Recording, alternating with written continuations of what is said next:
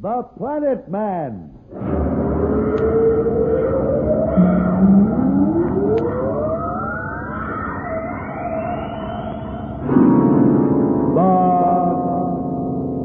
Planet Man.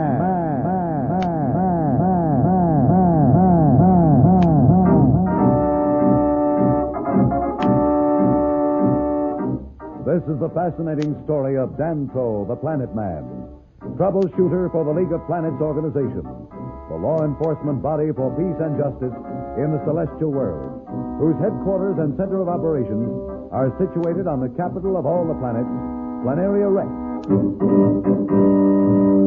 From Mercury to Pluto, wherever danger threatens the universe, you will find Dantro the Planet Man fighting for fair play.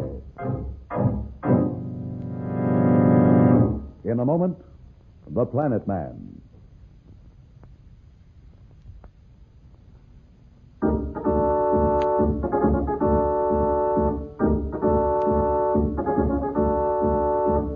Slats, Dantro, and Barrow the robot, on the way back to Planteria Rex, received an SOS from Barrows' expedition and decided to go to their aid. The expedition had apparently been attacked by some unknown aggressor. Barrow had just given them the location of the sector of space from which the message came. The message could only have originated in this cluster of stars. It's the only system within that sector of space. Very well. We'll plot our course and then head for that area with the astral drive. Shouldn't take us long to get there. With your permission, I believe I can plot the proper space curve and coordinate more quickly. Certainly, Barrow. Take over. Boy, look at him go. He's moved so fast you can hardly see it. The machine has many advantages over flesh and blood Slats. Precision is certainly one of them. I believe this is it. Okay, I'll slip this punch card into the automatic navigator and we'll be all set. Do you want to operate the controls, Barrow? No, I would prefer to concentrate on detecting any other messages that my people may send out. Okay, I'll take the controls. Hey, I'll stand up this time. If you can take a Dantro, well, I can. Now who's the hero, Slats? I might have known you wouldn't forget that.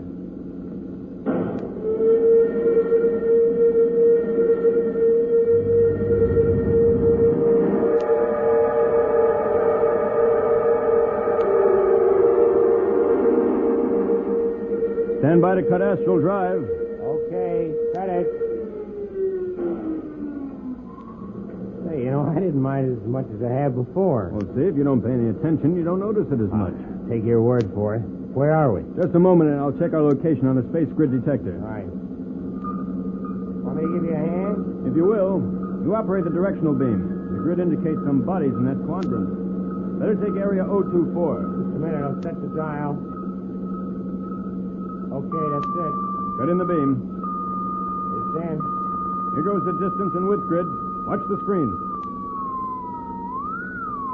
Gosh, look at that screen. It's a weird sight, huh? What is it? A combination of two normal stars and a white dwarf. White dwarf? What's that? Well, it's a dying sun, Slats, one that's lost most of its energy. How far off are we? Well, the closest is one of the normal stars. It's about 600 million miles away. We'll check that first, unless Barrow has more specific information. No, I regret to say that my calculator places the sources of the emergency message definitely in the area around these three stars. I cannot be sure from which specific area it originated. All right, hang on, Slats. We'll use the astral drive to come in closer to that sun. Oh, boy, am I floating. Stand by to cut. Already? I'm just catching my breath. Gosh, that looks awfully close. No, we're about 100 million miles off. Let's check the detector and see if this star has any planets. Yeah, I'll check the screen. Yeah, it shows 3. We'll run a quick remote analysis first. All right. I do not believe your analyzer will indicate any life on any of those 3. Hey, you're right. It's cold. Nothing. We'll choose the other normal star. It's the most logical place to find any life. Okay, hit it. Cut it. Cutting out. Here goes the detector. Hey, no planets are on this one. Where do we go now? What was you call it? The white dwarf? That's the only one left. Here goes.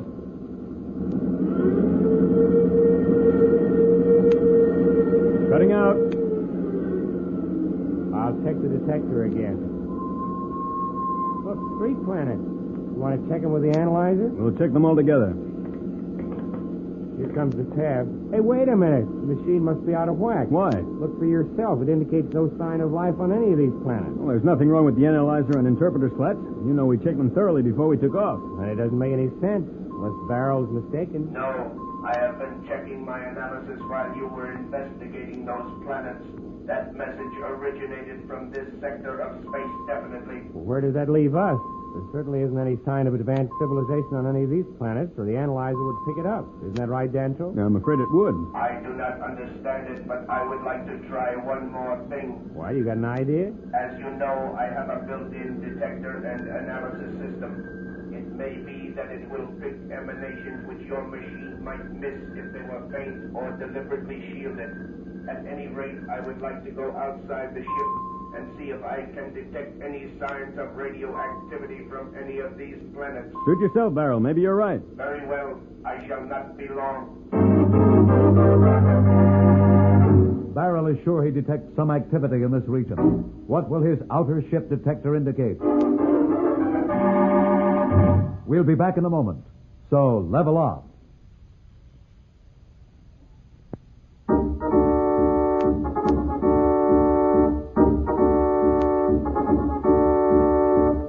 When we left Dantro and Slats, they were aboard the Alpha investigating a group of planets from which Barrow the robot insists there is some indication of activity. We find our friends now as they talk with Barrow, who is outside the ship checking the radioactivity in the area. Any luck, Barrow? I believe so. You get a reading? My instruments indicate a faint but definite sign of radioactivity emanating from that planet closest to the dying sun. Do you think it could be some naturally radioactive substance? No, I am certain it is a form of radioactivity which does not occur in nature. It has been altered as only could be done by some advanced science. I feel certain that it is from some power which has been deliberately screened. Without the advantage of my special construction, it would be almost impossible to detect. You'd better come in, Barrow. We'll decide what to do.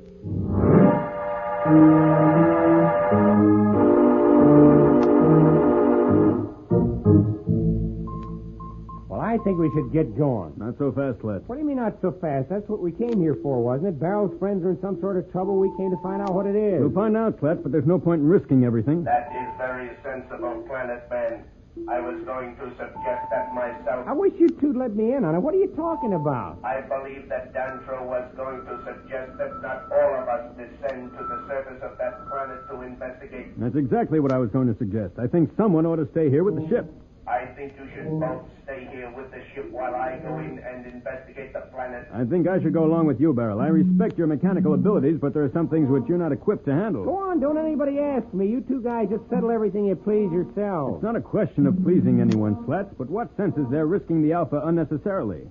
Barrel and I can take a space launch and land on the planet. What am I supposed to do meanwhile? Sit here and twiddle my thumbs? We can navigate the Alpha to within 20 million miles of that first planet. Look, you can talk all you like, make all the plans you like, but I am not going to stay behind while you two take all the risk. Now be sensible, Slats. We can't leave the ship alone. We don't know what's down on that planet. It certainly doesn't make sense to put all of our irons in the fire at once. Okay, I know when I'm outvoted, but there's one condition. Well, what's that? You keep in touch with me every minute. The first sign of trouble, I'm coming in after you. That's just what you're not going to do, Slats. We'll keep contact with you, but if for some reason the contact's broken, you head back for Rura's planet as fast as you can. Well, you mean not only do you want me to sit here when it's safe, but turn my back when there's trouble? What kind of guy you think I am? Don't forget, Slats, that Barrel's whole exploring party disappeared somewhere around here. There were 10 ships, almost as well armed and equipped as the Alpha. Whatever eliminated them must still be here. I want you to go back and get help. If you bring the Alpha in, we may never get off alive. All right. Just be careful, that's all. Now, we better get some kind of an emergency signal just in case. If they can screen signs of radioactivity, they may be able to screen any signal you might beam at me. That's good thinking, Slats. I believe we have a supply of emergency space flares on board the launch.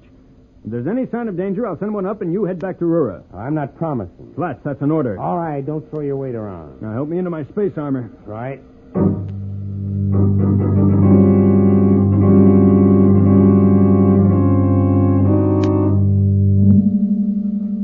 Let's go, Barrel. Hey, I'm going to follow you two from in here with a tight beam, Dantro. Keep your communicator open so we can keep in constant contact. I'll do that, Slats. Stand by the communicator. I'll stand by, but I don't like this one little bit. Here we go. Space launch away.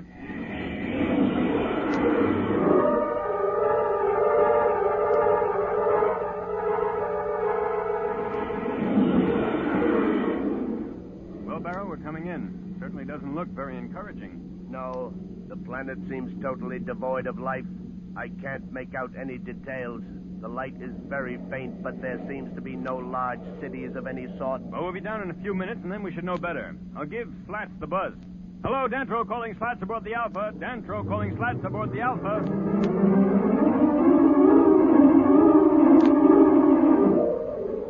Hello, Slats calling Dantro. Do you hear me, Dantro? Come in. Oh, why doesn't he answer? He promised he'd keep the communicator open. He knows how I hate to sit here. Hello, Slats calling Planet Man. Dantro and Slats obviously want to contact each other, but something seems to be interfering. What force can this be? We'll be back in a moment.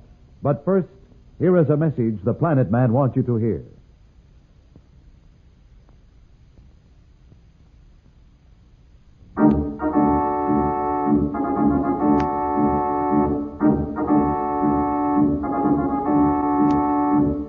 Tune in again for more transcribed thrills and adventures.